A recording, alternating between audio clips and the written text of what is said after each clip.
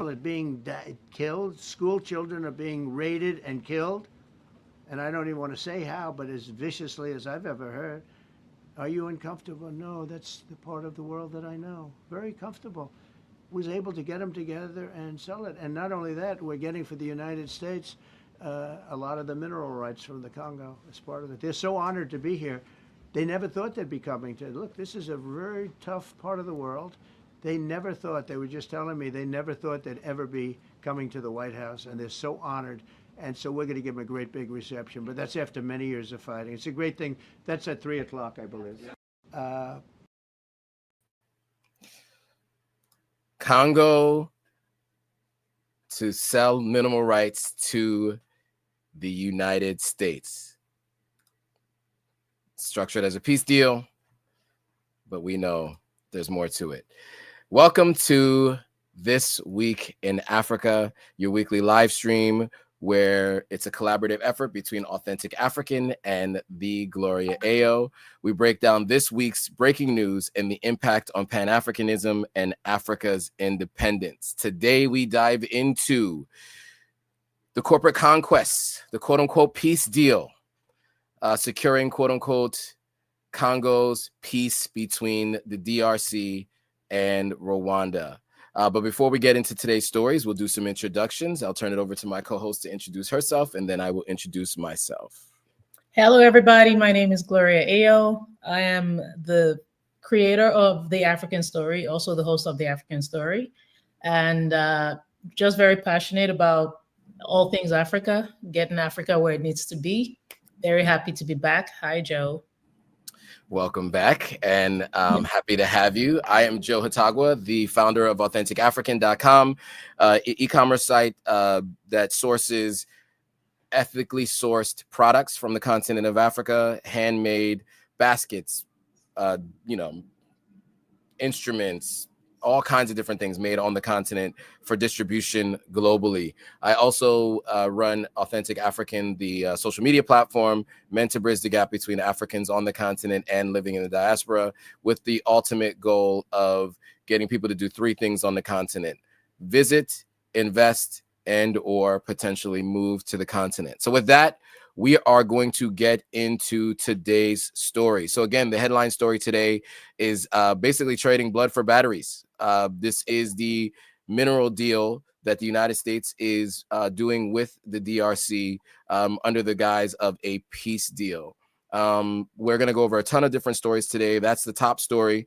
We'll also be going through the Kenya protest update. There's some updates that we want to talk about. Togo's dictatorship and Uganda's president running for re-election after 40 plus years in power. Then we have a number of other stories around the continent that we'll go through. So let's get right into the first story. So I think many of you probably have seen the very viral videos of Trump and or Marco Rubio and friends, along with, I think they're the foreign ministers of both the DRC and Rwanda. And they were at the White House. And as you saw in that opening video, Trump mentions that there is a mineral deal. So let me just kind of give you guys some background, and then we will get into the video that kind of talks a little bit more about this. So the DRC Rwanda peace deal, formerly known as the Critical Minerals for Security and Peace Deal, is a U.S. brokered agreement that aims to address both ongoing violence in Eastern DRC and the region's vast mineral wealth. The deal is historic in its ambition to stabilize a region that has suffered decades of conflict, with over 6 million folks who have experienced loss of life since the 1990s, largely fueled by competition over minerals such as coltan, cobalt, lithium, copper, and gold resources vital for global tech and defense industries. The question is this a sellout for minerals, or is it a real peace deal? So the evidence of mineral sellout. The U.S. strategic interest, the U.S. has openly linked its mediation to securing access to DRC's critical minerals, with President Trump and senior advisors stating that the deal will bring, quote unquote, a lot of mineral rights from the Congo to the U.S. and American investors. Critics argue that it continues a historical pattern of foreign exploitation of Congo's resources, raising fears of neo-colonialism and extraction-focused investment rather than true development. You guys might remember that there had been talks a few months ago about arming the Congo in exchange for minerals. In this case, instead of arming the Congo's government or the military in exchange for minerals, the conversation is a little bit more about a peace deal in exchange for minerals. So the other concerns is that analysts and civil society warn that focusing on minerals could overshadow the root causes of the conflict: militia proliferation, ethnic grievances, and weak governance, potentially perpetuating cycles of violence if deeper issues are not addressed. There's also exclusion of key actors, as usual. The main rebel group M23, which controls key mining areas, was not direct party in negotiations and has indicated it's not ready to disarm, casting doubt on enforceability of the deal. So the key risks and realities is the root cause is unsolved, as I mentioned, and implementation doubts are there. As I mentioned, the exclusion of M23 and the complexity of regional politics means that the deal's success is far from guaranteed. Previous agreements have failed when not all stakeholders were included or when economic interests took precedence over justice and reconciliation. So we'll get into a video and we'll have some thoughts on the other side. Rwanda and the Democratic Republic of Congo have signed a peace deal aimed at ending the devastating conflict in Eastern DRC. The United States and Qatar brokered the deal, which President Trump touted as a wonderful treaty. The hope is it will end a 30-year conflict. The Congolese foreign minister and Rwandan foreign minister signed the deal together in D.C. before meeting with the president. So, your thoughts, Gloria, on this quote-unquote peace deal?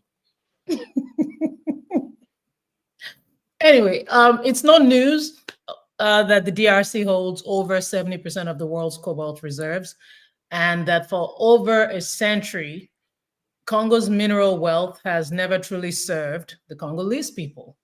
Since the days of King Leopold II of Belgium running Congo as his personal colony, pretending to bring civilization while brutally extracting ivory and rubber.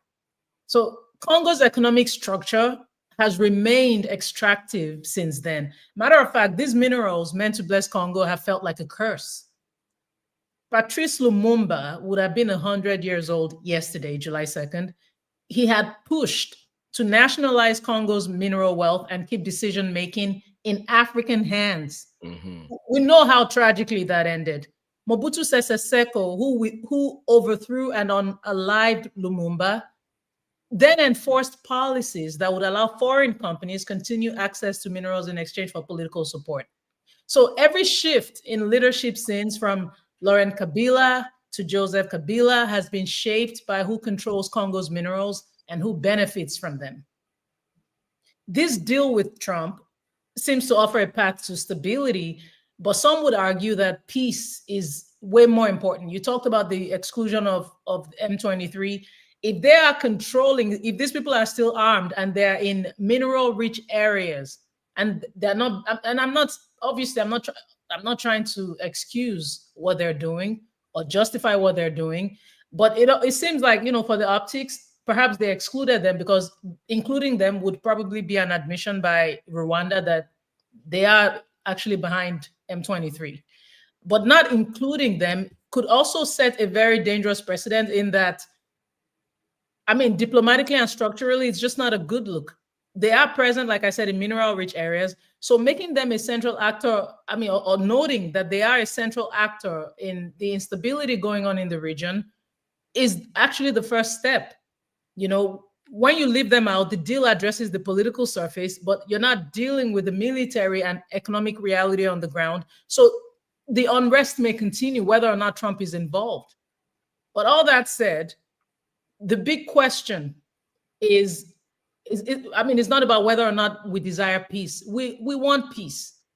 Absolutely. We actually want peace, but we don't just want the illusion of peace. But the peace is for whom? Is it the peace for miners? Is it for the mothers? Is it for displaced children in Eastern Congo? Or is it for investors and diplomats from big countries, such as the US? Yeah, that's a great point. you think about it, right? As with many of the deals that the Trump administration is working on, they have a lot to do with the rare earth, which is what he was describing when he was talking about the Ukraine, right? Rare earth. And I think what he means is rare earth materials, right? You know, the Ukraine dealings had to do with rare earth materials. The conversations with the Congo have to do with that. The new deal with China has to do with rare earth materials. So, you know, obviously, if you want to do a deal like this, you don't want to have investors going into a conflict-ridden area. And so it seems as if the United States is basically prioritizing the health and wealth of Americans looking to do business in the DRC, as opposed to changing or at least having an assisting in aiding the real peace deals across all the groups that are involved. And as you mentioned, M23, the UN has said the M23 rebels have been not only financed but also trained by Rwanda, and specifically the leadership of Rwanda and the Rwanda military. And so if that's the case, you know, as you mentioned, that may be why they weren't involved in these discussions, or publicly mentioned being involved in these discussions. But I mean, they have to be an important party in this conversation, because if they, like you said, if they're overseeing key areas where, you know, a lot of the minerals are, you know, obviously you're going to need to deal with them. It's the same way with Afghanistan, where the Afghanistan government was left out of discussions and was only and the U.S. government was only communicating with the Taliban, or they were having conversations separately instead of bringing all parties to the table. You know, a real peace deal requires all folks who are responsible for the loss of life in country. And if you only have a portion of the folks involved in those discussions, you're not truly going to be able to bring peace. So I definitely think that there's more work to be done there. And I think many people are skeptical that this deal is actually going to mean anything, even for American investors. It's unlikely that those investors that they're looking to try to make an easy path for them to get rare earth minerals, it's unlikely that they're going to be able to do that outside of what's already happening, which has been going on for, you know, you mentioned the extraction of the minerals for over 100 years. And now with these specific rare earth minerals for today's technology, for at least the last 60.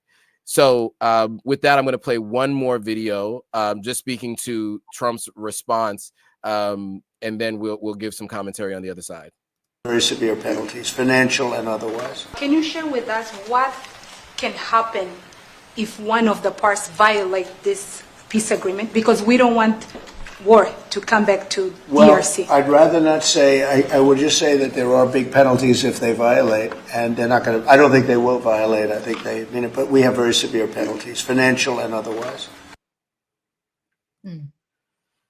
Thoughts on the very severe penalties? Okay, but why must Africa? First of all, of course, this is the big elephant in the room. Why must Africa go to the West for African peace? Angola was directly involved with the Luanda roadmap, but that didn't work out. Why couldn't we find other Africans to broker peace? I mean, people like Mahama from Ghana come to mind. Yep. Keep in mind that Tshisekedi was the one who asked the U.S. to get involved. After all, Trump had told us he didn't know what Congo was. Remember that? Yep.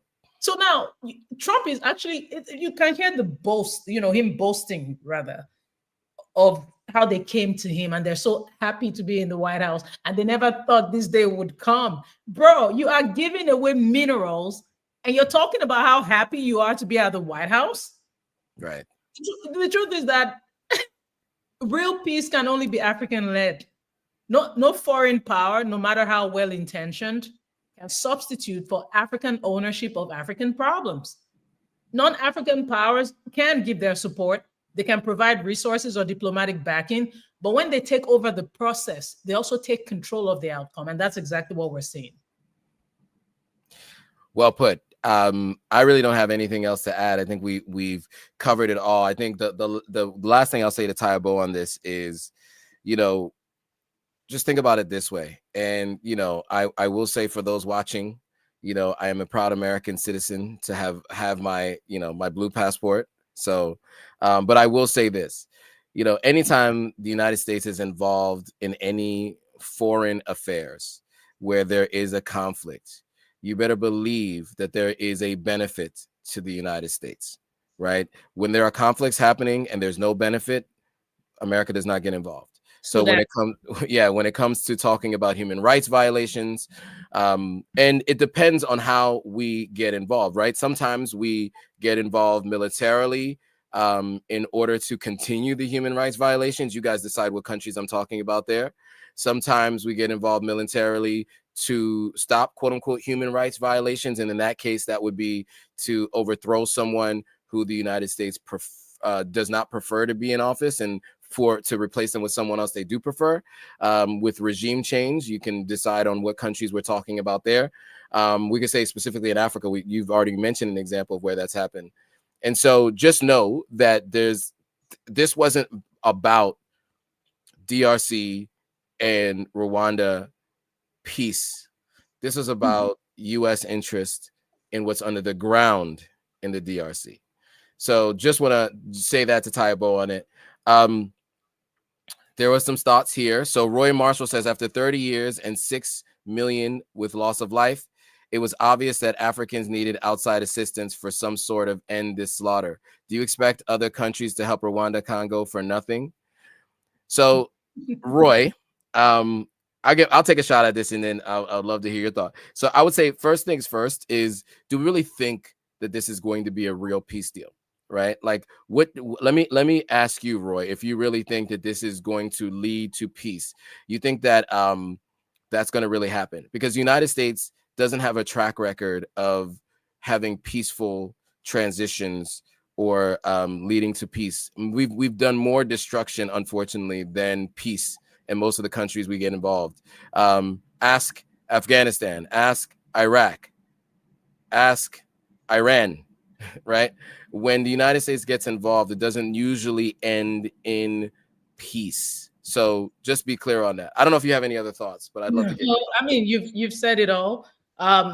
Yeah, we do need assistance, but why do we have to go outside the continent? I stand on the heel of Africa being equipped enough to be self-sufficient. We don't need to go outside Africa to get help for anything. Have you heard or seen people from Africa and how they think? Africa has some of the most intelligent people on earth. Quote me anywhere. So we don't need to go outside and get people to come solve our problems for us. Of course, yes. Why should we be giving away our minerals for somebody to help us with peace? Why can't we be peaceful among ourselves? Yeah, and Roy, for the second comment and point that you made here, think about how long the U.S. and French and German and Italian and other militaries have been in Africa to quote unquote impact a negative or to stave off and to stop the terrorist groups that are around the continent of Africa, and how helpful that has been. Ask the AES how helpful those French troops have been. They haven't really done much to quell and to stop these terrorist groups. So now you are conflating a couple different things. You're saying Islamic colonization versus the 34,000 verified Muslim terrorist attacks. I think they're two different things, right? We can talk about people's religion and those who are technically in power, and then we can also talk about these insurgent groups, these groups that are or terrorist groups that are out there committing these atrocities. Those are two different things, and those who are committing the atrocities have not been stopped by foreign intervention. In fact, they've grown. So the numbers that you're talking about, these verified attacks, are under the watch of foreign intervention. So if that didn't work, why do you think that American troops now in the DRC and Rwanda is going to have any difference? So you're speaking about the challenges and the numbers, but this is with Western influence and troops on the ground, and you're still getting these numbers. So that's why I think what we're talking about is an African solution to African problems, right? That's what is necessary, because what we've had so far has not worked. And so I think when Gloria is talking about the fact that Africa keeps going to the West for help, you know, the definition of insanity is doing the same thing over and over again and expecting different results. And the results have not changed. So why would we continue to do the same thing? I don't know if you have any more thoughts on this particular.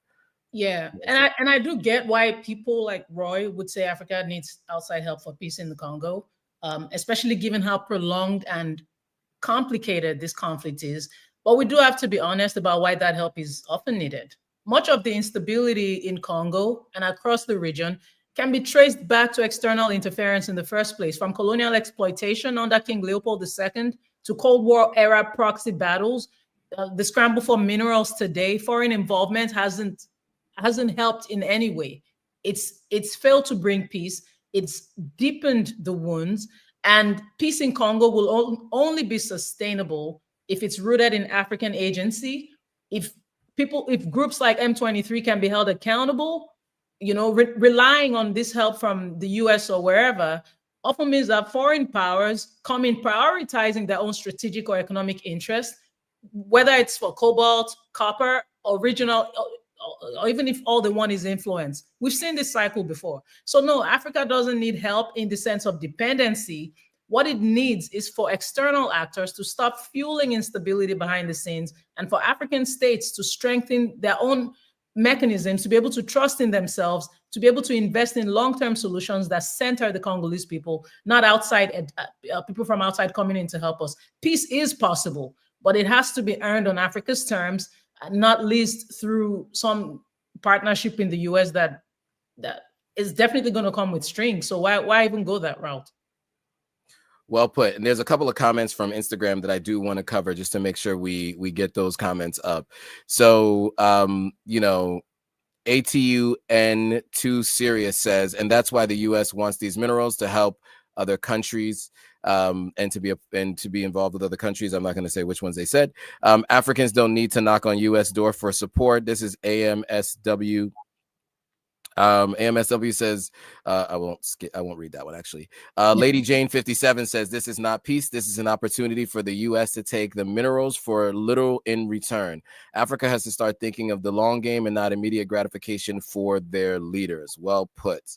I think everybody agrees with that sentiment. And that's how you have the leadership in the AES that you have for that same reason. I think many Africans feel the same way. Okay, with that, we are going to shift gears from the discussion around that particular peace deal to move on to the updates of what's been happening in Kenya and the protests in Kenya. The first story is the gentleman, Boniface, who was selling masks at the original protests earlier in the month, last month. He has now been pronounced, he's moved on. And so we are going to get into the story and then we'll have some commentary on the other side. There is some breaking news that's coming to us now that Boniface Mwangi Kariuki, who's the hawk, the hawker, I should say, the masked hawker, has now been confirmed to be dead. His family has confirmed to the Nation Media Group via phone, and this is the gentleman who was shot by a police officer last week and has been at the Kenyatta National Hospital, where he's undergone a few surgeries to the head. He was shot at close range and was caught on camera, and he was yesterday, according to his family, this family spokesperson, as at yesterday, he had been declared brain dead. And so the family had been looking into the different legal dynamics of what it would mean to move forward with either getting him off life support or what their options are. But just this afternoon, the family has confirmed that Boniface Mwangi Kariuki has been confirmed dead. So we reported on this, was it last week, when we discussed what was happening with the Kenya protest. What are your thoughts here on this particular story and the passing of Boniface? It's just so heartbreaking because this was a man who wasn't, okay, even if the excuse was, oh, they're disturbing the peace, there's anarchy. This was a man who was not disturbing the peace. This was a young man selling masks. He wasn't with a weapon. He was not a rioter. That was premeditated. It was deliberate, you know. He wasn't armed.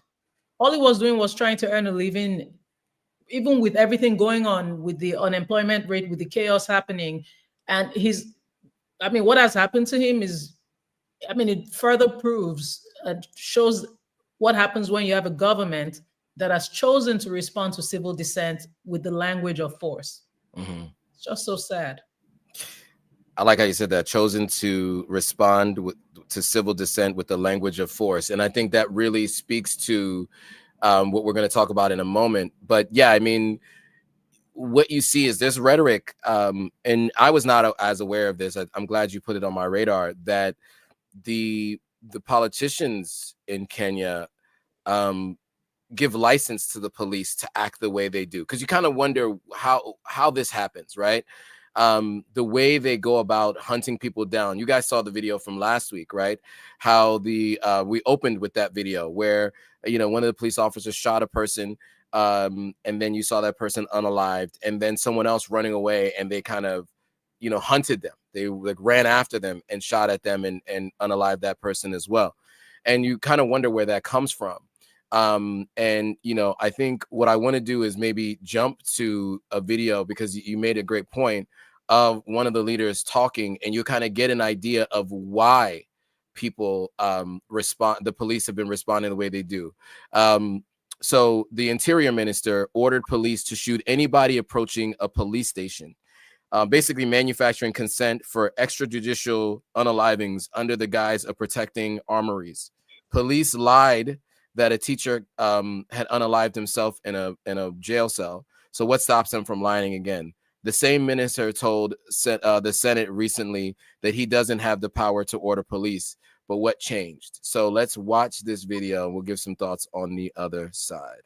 Na tumeambia polisi, mtu yoyote mwenye atakaribia police station, piga yeye risasi.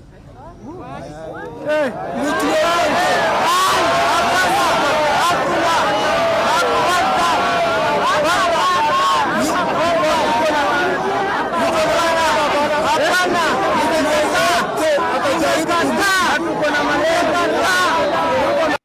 So, I mean, obviously, this is not in English, so it's hard to understand, but you got the idea, right? And you could hear the crowd responding, right? So, you know, obviously there was the general public that was there listening to this speech. And when they heard that, you heard their audible disagreement with what he was saying. Gloria, since you were the one who brought this to my attention, I'd love to hear your thoughts on this. And yeah, just love to hear your thoughts. Yeah, there should never be a breakdown of law and order. That will never be acceptable, not anywhere, not in Kenya, not in any society that calls itself free. In any democracy, the police should be a tool of protecting the people, protecting public safety. They should be neutral guardians of the law. They're not supposed to be a tool of fear. But when they become an extension of political power, then you have true anarchy. There will never be any justification for a statement like that being made by a minister or by any member of government. I don't care if it's curfew violations. I don't care if people damage property. I don't even care if people are angry in the streets. Execution is not law enforcement. Shooting an unarmed protester is not crowd control. It's state violence. And when it is carried out systematically, when it's carried out repeatedly, you're basically sending out a message to silence protesters through terror. It's not acceptable. We will not stand for it. Absolutely, 100%. I agree. I think that the issue that we're seeing here is you have a disgruntled police force already. People are hungry, people are upset, and it's easy to take to violence when you're already dissatisfied with what's been happening in the status quo. And this is just giving license to turn that anger on the people who have nothing to do with why you're upset, right? It's really from the government. But this is what we see many places around the world, where those who are in power turn people against each other. So the fighting happens with the people against each other and not against those who are subjugating them in the first place. There's a question that came up, which I thought was interesting. Toon Ray says, peace family, just came to YouTube from Instagram side. My question to you is why is there no political party for Africans of the diaspora and back home to support and vote? So one thing I will say is you have to be a citizen of any country to vote. That's number one, right? So, you know, many of us are maybe not dual citizens. I happen to be a dual citizen, so I can vote in 2 countries. I can vote in Sierra Leone, I can vote in the United States, and maybe eventually I'll be able to vote in Ghana. Fingers crossed. But you know, it's not so simple, right? You have to be a citizen of that country to vote. Now, in terms of getting people out to vote, there are many different parties, and you know, there's a couple parties that I don't want to misquote or say the names incorrectly, so I'll put them in the description. But you guys know when we used to go live with African Stream, Inem Richardson always talked about the different political parties that she was a part of, and they were all focused on Pan-Africanism. So I will definitely put those in the description, put links to those in the description if you want to support any party that's focused on Pan-Africanism and the education of the young people on the continent, etc. There's definitely paths to do so. But as far as voting in other countries, you have to be a citizen of that other country to vote, right? And so if you guys feel so strongly about that, you'd have to go through that process. Many countries, it's a very difficult process. The countries I've mentioned have systems in place, whether there are executive orders and or they have other systems to allow you to do that. Burkina Faso is looking like they're doing a citizenship program. Obviously, Ghana has some sort of a citizenship program that they're accelerating for some folks through executive order. Sierra Leone has one for people of West African descent. But like if you're talking about Kenya and other countries, they have their own citizenship process, and it's a long, arduous process. So it's not as easy as that. I don't know if you have any additional thoughts on this one, but I just thought it was important to mention this. I think you've said it all. Okay. Well, all right. So with that, and there are some other comments on some of the earlier stories, but we want to move on because we definitely are limited on time. So I just want to get to this last story. And this one is about the government propaganda in Kenya. You know, what we found is that, and, you know, this is, you know, thanks to Gloria for looking into this, but there have been plenty of requests from the government to crowdsource propaganda. And it seems to be pretty successful, to be honest. So to give you an example of some of the things that the government is asking people to include or to share, I want to share this. So this was set out: violence steals jobs, peace protects them. So what they're doing is, obviously with any protests, there are going to be bad actors that join those protests. Generally, not the folks that are peacefully protesting. You know, I can't give you a percentage of the time, but, you know, I would say at least 80% of the time, the folks that are doing the destruction are either sponsored by an outside group, or they're just people who decide to show up because they're angry about something and it gives them an opportunity to do something. But this is something that the government of Kenya has been putting out on social media.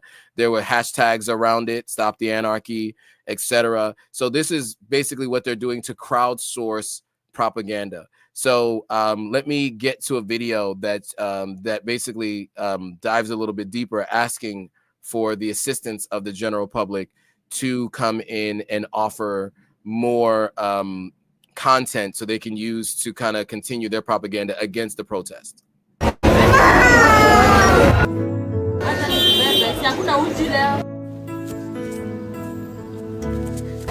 Was your business destroyed during the protests?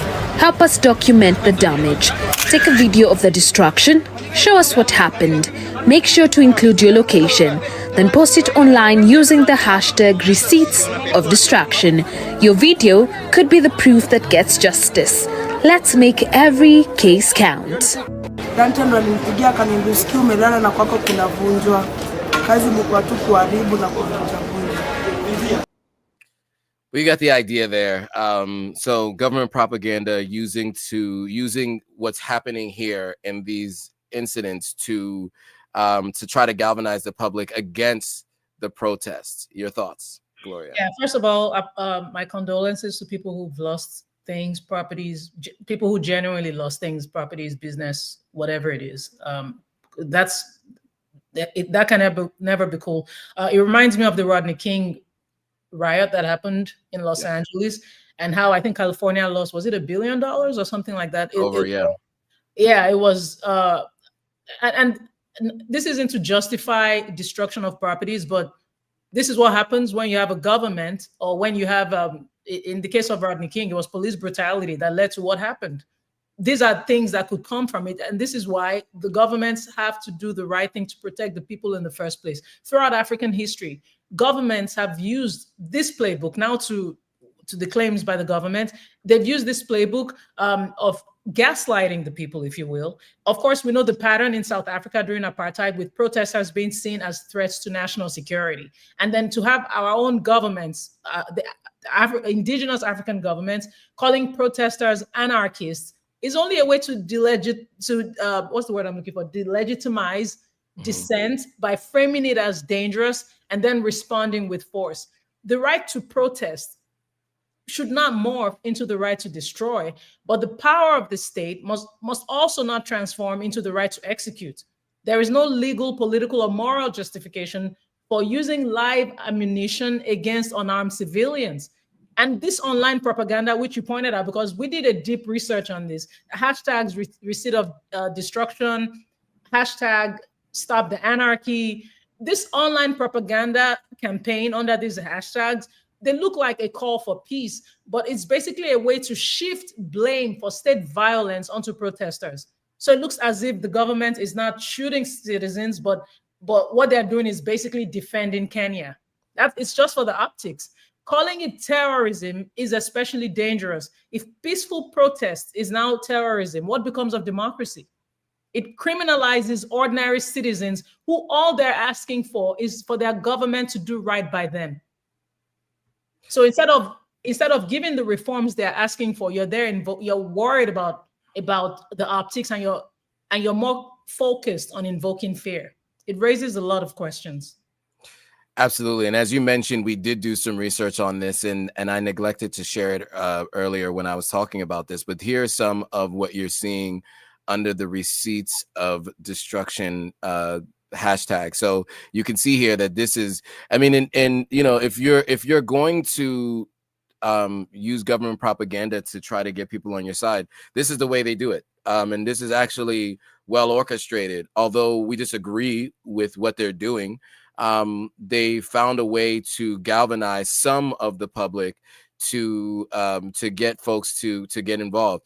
As you mentioned, during the LA riots of the early 1990s, after everything that happened there was two moments, right? There was the unaliving of the young lady who was at a corner store by the woman who and the family who ran the corner store.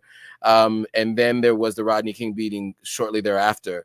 And, you know, there was, oh, by the way, and that woman did not get any real jail time, right? She unalived a young girl, a promising young girl.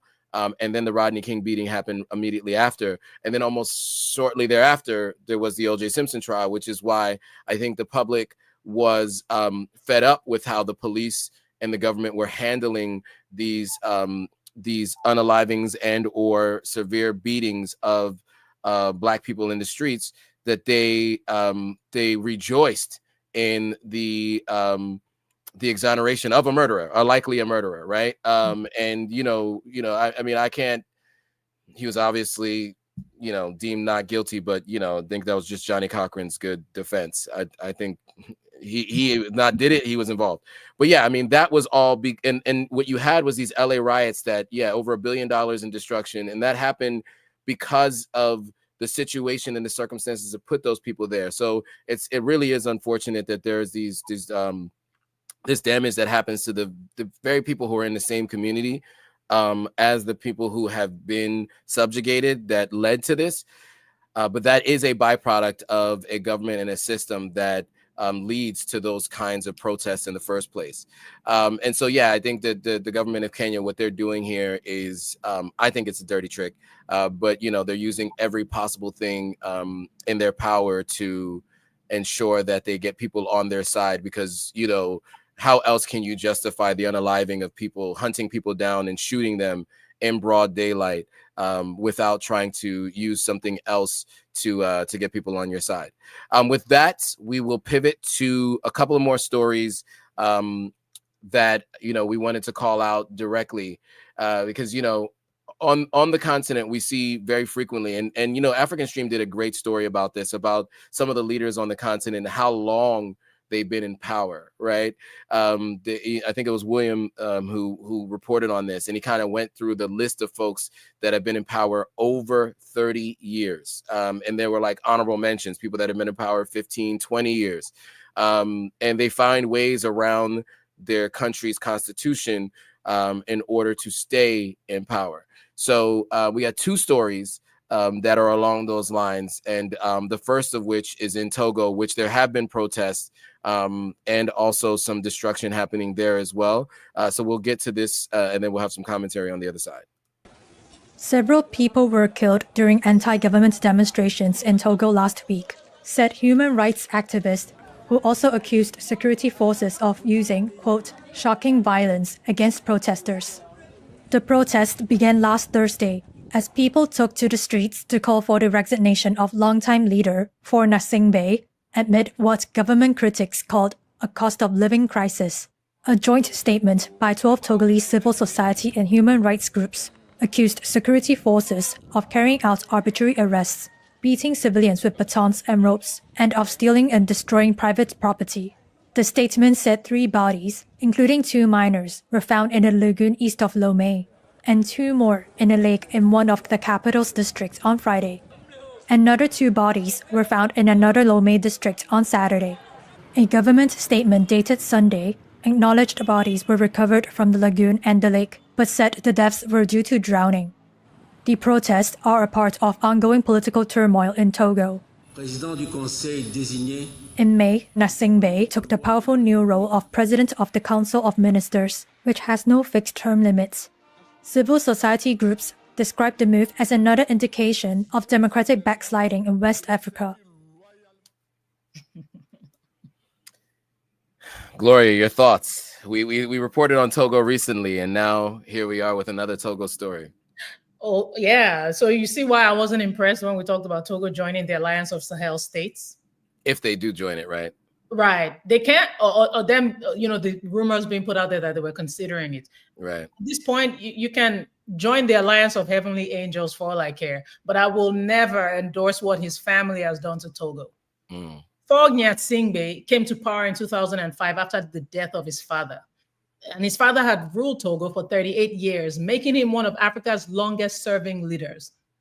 So his father actually came in through the 1963 coup, where Togo's first president, Sylvanus Olympio, was assassinated. So it already started on the wrong note. And then after his father's death, the military installed him as president, bypassing the constitutional line of succession. Massive protest is not today Togolese people are protesting. Massive protest, international pressure forced him to resign then, and then he decided to stand for election. But of course, the election, which was in 2005, was marred by violence. There were allegations of fraud. Over 500 people were unalived in the violence that came from that election. Yet he remained in power. Elections since then, 2010, 2015, 2020, have all been contested by opposition parties and people talking about vote rigging and intimidation, yet he's still in power. Now, the 2024 constitutional reforms were rewritten quietly. There was no referendum. There was no national consensus. You see how African leaders use legal frameworks to extend their stay in power, as you mentioned. In 2017, thousands protested for term limits and electoral reform, saying Faure must go. Does that sound familiar? Ruto must go. That movement was violently suppressed and there was a crackdown. But today's protests are different. These people are younger, they're more decentralized, they're less partisan.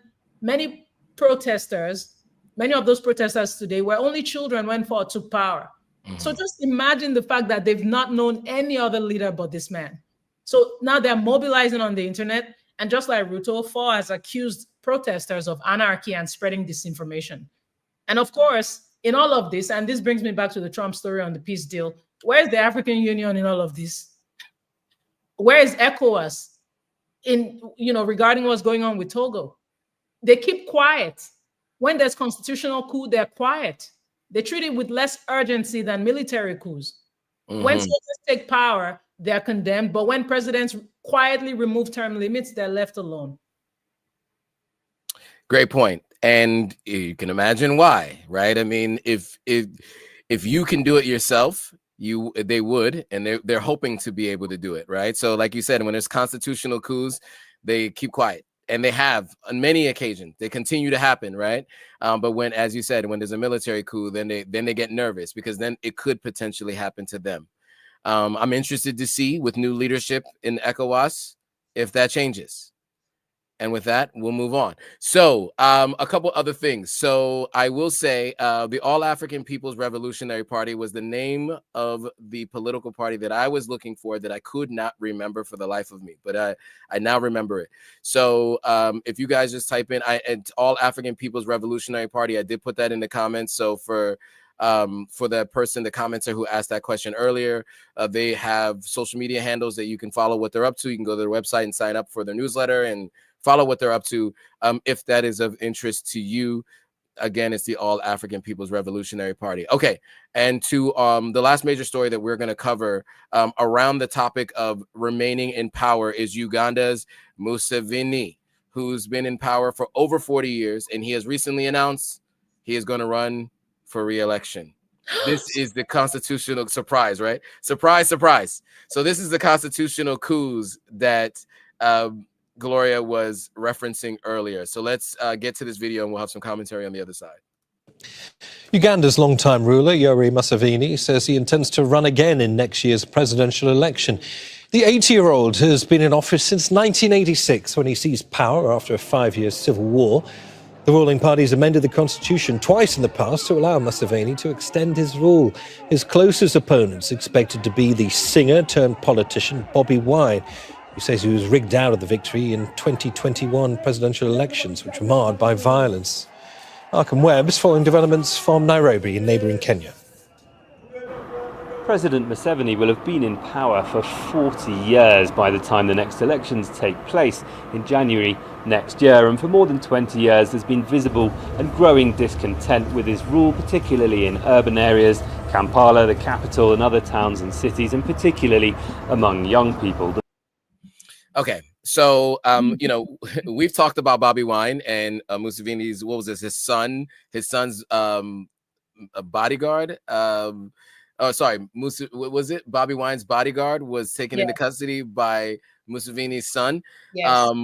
So yeah, I mean, there's obviously they're using every tactic possible to stop the competition from gaining power and from winning. You know, I know a couple people who are Ugandan citizens who really wanted Bobi Wine in power, and they got Museveni again, and they're hoping that Bobi Wine can win the next election, but it seems unlikely considering how Museveni has really rigged it in his favor. But any thoughts on Museveni announcing he's gonna run for re-election? The shocking news. Shocking.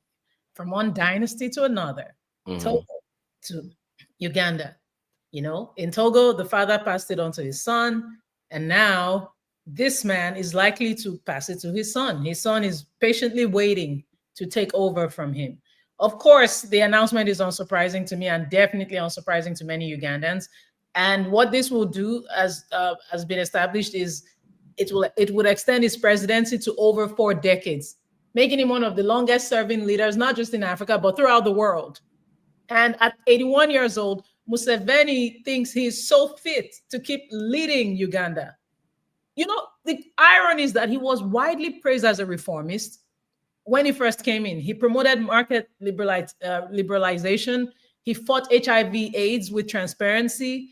He was seen as part of a new wave of African leaders. He even publicly condemned presidents for life, warning against the dangers of clinging to power. This was the old Museveni. But over time, he became even worse than that which he criticized. In 2005, Uganda's parliament, of course, dominated by Museveni's party, amended the constitution to remove presidential term limits. In 2017, the age limit, which used to be 75, was also scrapped, which was so convenient. And so that cleared the path for his 2021 re-election bid. There were mass arrests, there was internet shutdown, there was repression of opposition, most notably Bobi Wine. And there were credible allegations of ballot manipulation. So there is a pattern across Africa where leaders who once fought for liberation end up becoming enslavers.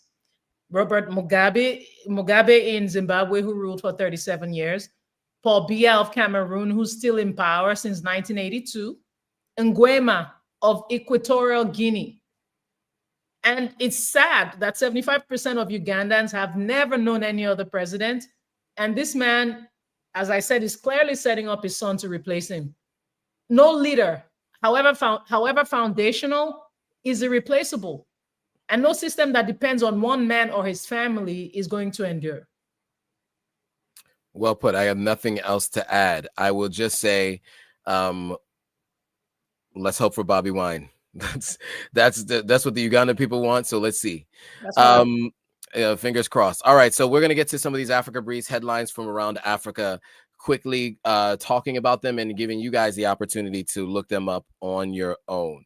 So first, Liberian president who was unalived in a coup gets a state funeral. Any updates you want to give on that? Yes, so this is long overdue. There's going to finally be a state funeral for President William R. Tolbert Jr., who was assassinated during the 1980 military coup led by Samuel Doe. Excuse me. Tolbert, who led the country from 1971 until his death, was actually buried in a mass grave, and there was no official recognition for decades. So finally honoring him with a formal ceremony shows that Liberia is, trying to reconcile with its violent political past. And actually, I think more importantly, restore dignity to a man who many now see as a reformer, but was taken down too soon. There it is.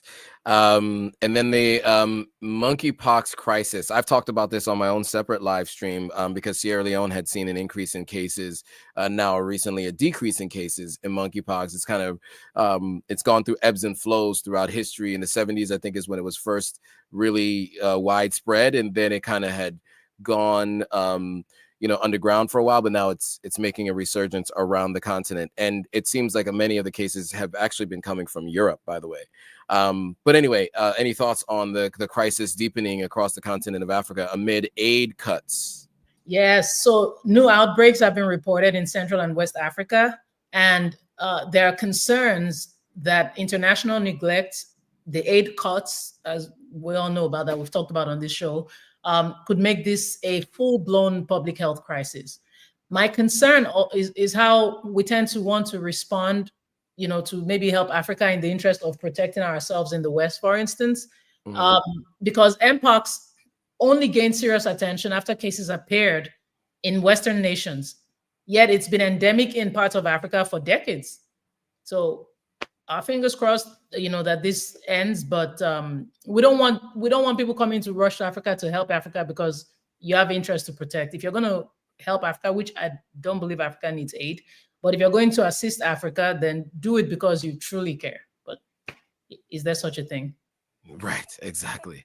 Now, there is also news that Trump is likely to host his first African summit of his term. Yes.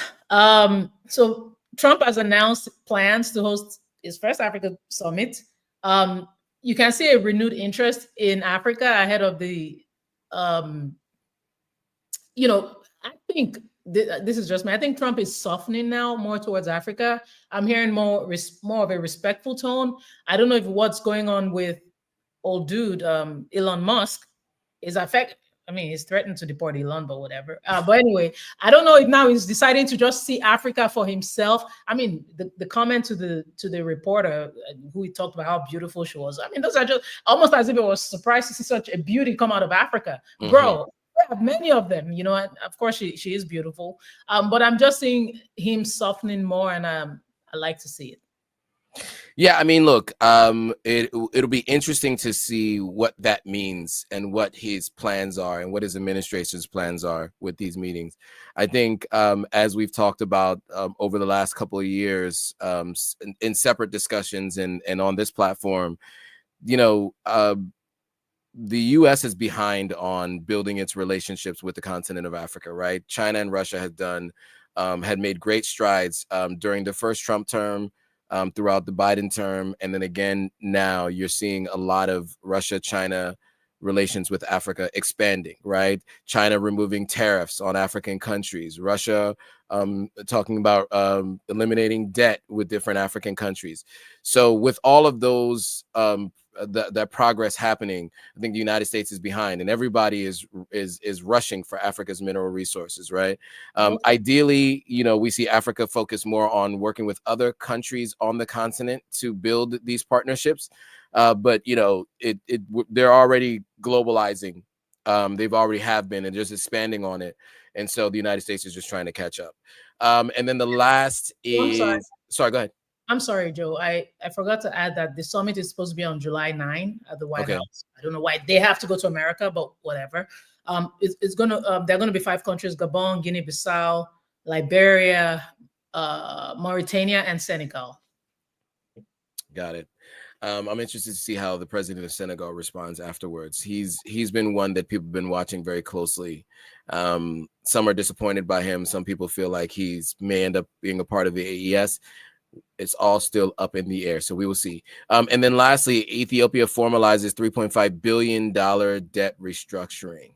Yeah, so Ethiopia is restructuring its agreement with international creditors, and this is basically to help with economic recovery. Of course, we know of a lot of the high rate of inflation, the pressure on the currency, the aftershocks of a brutal civil war. So by helping to ease this immediate repayment burdens, hopefully they're able to get some kind of lifeline, even though critics are warning that without meaningful economic reform and transparency, the relief may only be temporary, which I completely agree with. Yeah, absolutely. Okay, cool. So we are at time. Unfortunately, I'd love to go deeper into other stories and would love to have spent more time responding to Roy Marshall and some of the other folks who have commented today. Unfortunately, we are out of time, and I do have to head to another meeting. So if you haven't already, make sure you subscribe to the Gloria Ayo on YouTube, Authentic African on YouTube. Make sure you follow us across all platforms. We are everywhere. And so, yeah, just cross-pollinate, follow. And of course, if you haven't already, hit that thumbs up to let the algorithms know that you like this content, and so that more people get a chance to see it. And do yourself and other people a favor by sharing this with anybody you know who's interested in what's happening on the continent in real time. We'll be back next Thursday. Same time, same place. Luckily, my meeting just got canceled, so I can spend a little bit more time. So we'll be back same time, same place. So make sure you join us. I will be going live again this Sunday on things pertaining to Sierra Leone, and I'll be going live again next Monday. Don't know what we're going to talk about yet, but we'll make sure to keep you guys abreast of what's happening sooner than later. Any other final thoughts from you, Gloria, before we go? No, we just thank you all so much for joining us. Thank you for all the feedback. Roy Marshall, you really were busy. Wish we had time to respond to your comments, but we thank you for joining us nonetheless, and for sharing your thoughts. Hi, Madam CJ Walker. Yes. Hello. And thanks everybody for responding to the comments and responding to us with comments. I think we always appreciate the engagement. All right. And with that, guys, thanks for watching. We will see you all on the next live stream. Bye. Bye, guys.